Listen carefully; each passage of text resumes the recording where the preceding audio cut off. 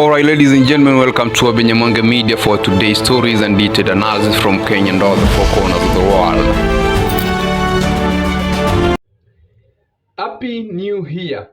While the president had given the Happy New Year message at the Kisii State launch, they went into celebrations and singing songs. And one of the songs that the president danced to was the Kasongo song. Kasongo song is one of the famous songs that has been used in 2024 to refer to some of the things in government that surrounds his government. Here is the president.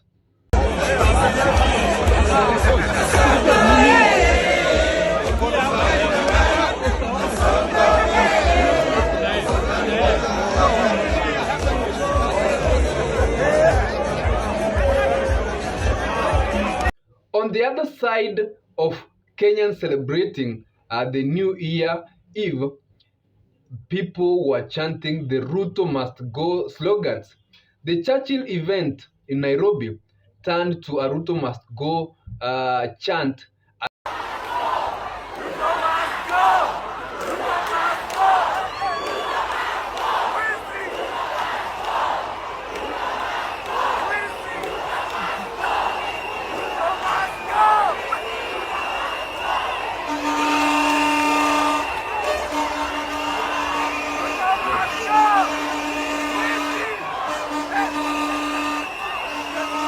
Sawa. Mumechoka?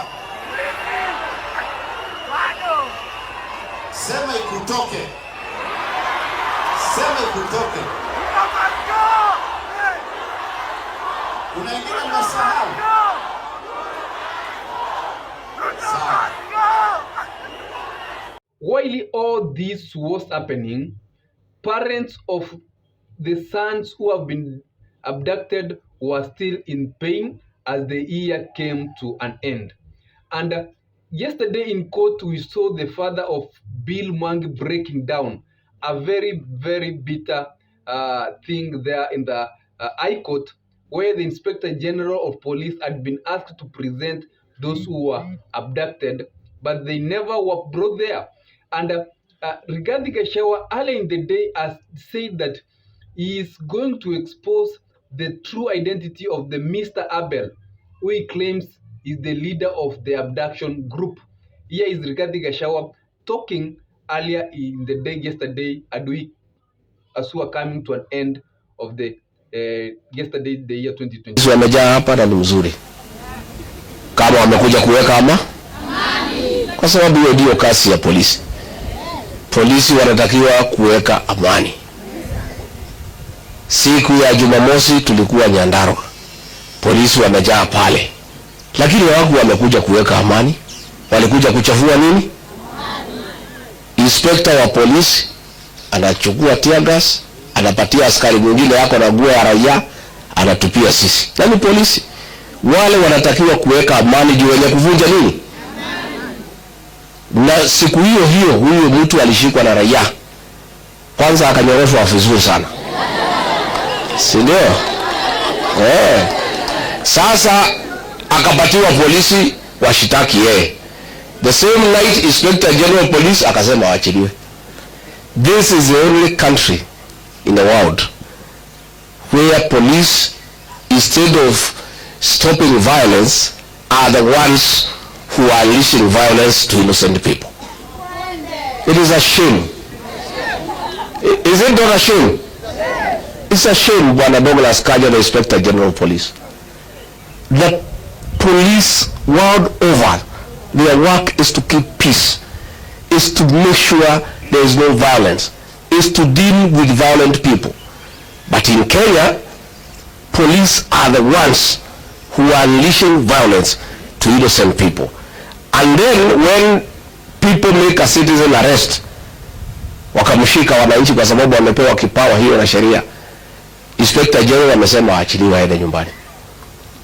The other day walituma watu kupiga sisi Limuru na mapanga na chuma watu uwe. Hizo picha ziko kwa magazeti, kwa mtandao. Mwezi mmoja umeisha, hakuna mtu ameshikwa. And that is why sasa polisi kitengo imekuwa pale, a special unit outside the command of the Inspector General. Kazi yao ni kushika vijana, kuteka hao nyara. Abductions are being done by police. Police are supposed to protect life and property, not to turn against citizens. Sasa nimeona Inspector General Police ameitwa pale kotini aende aeleze, amekataa kufika. Na hata akifika anasema hajui ati si polisi wanafanya hii kazi. Sisi nauliza kama wewe hujui na the Inspector General Police who is supposed to protect the lives of the people of Kenya, then you have no business being in office. Si ndio? Kama bwana Kaja unasema polisi are not the ones doing the abductions, and you don't seem to know who is doing it, and you are not able to stop it, you have no business being an Inspector General of Police. Na mimi nikushauri wewe, kwa sababu ni mtu ya nyumbani, wewe bwana Kaja unatumika vibaya. Your predecessor Japheth Koome, mtoto wetu kutoka pale Meru, alitumiwa vibaya wakati ya Gen Z. Akatumia nguvu kuua watoto, kelele ilipozidi akakuwa sacrifice. Akaitwa na rais akaambiwa jiuzuru, akajiuzuru, akaenda nyumbani. Bwana Douglas Kaja, you are being set for the same. What will happen? Na mtaniambia. Wewe utaambiwa useme hakuna abductions, hakuna nini ifanyike, kelele ikiwa mingi vile iko, utaitwa uambiwe andika barua uende wapi? It is up to you now to be a man and speak out. Now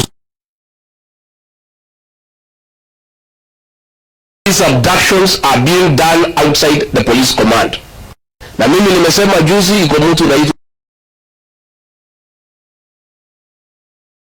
Abel, ambaye he is a cousin to a very top, wanakoroga na watu ya media, wanalete Abel mwingine. That is not the Abel. Yule Abel tunamjua na tunamtaja, and he is a cousin.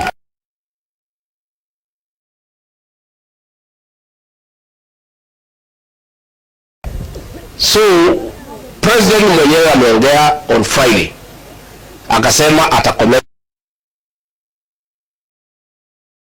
is Tuesday. An order and a word from the president is like law. President akisema kitu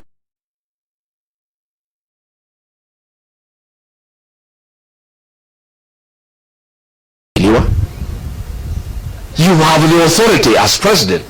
So when you speak as president and your orders are not obeyed, what are the people of Kenya supposed to think?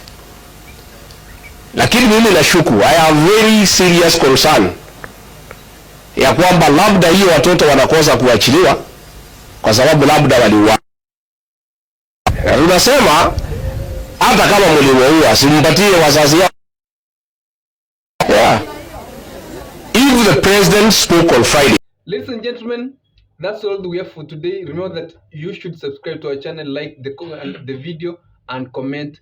Do you think that the abduction is going to come to an end in this year 2025, or they are going to go on amidst the fact that the president himself promised that the abduction should come to an end? Remember, even a lot of leaders have come in to join and said that the abduction should come to an end. Even we saw the US Embassy issue a statement joining Kenyans and asking the government to respect human rights. And we are going to see what conspires.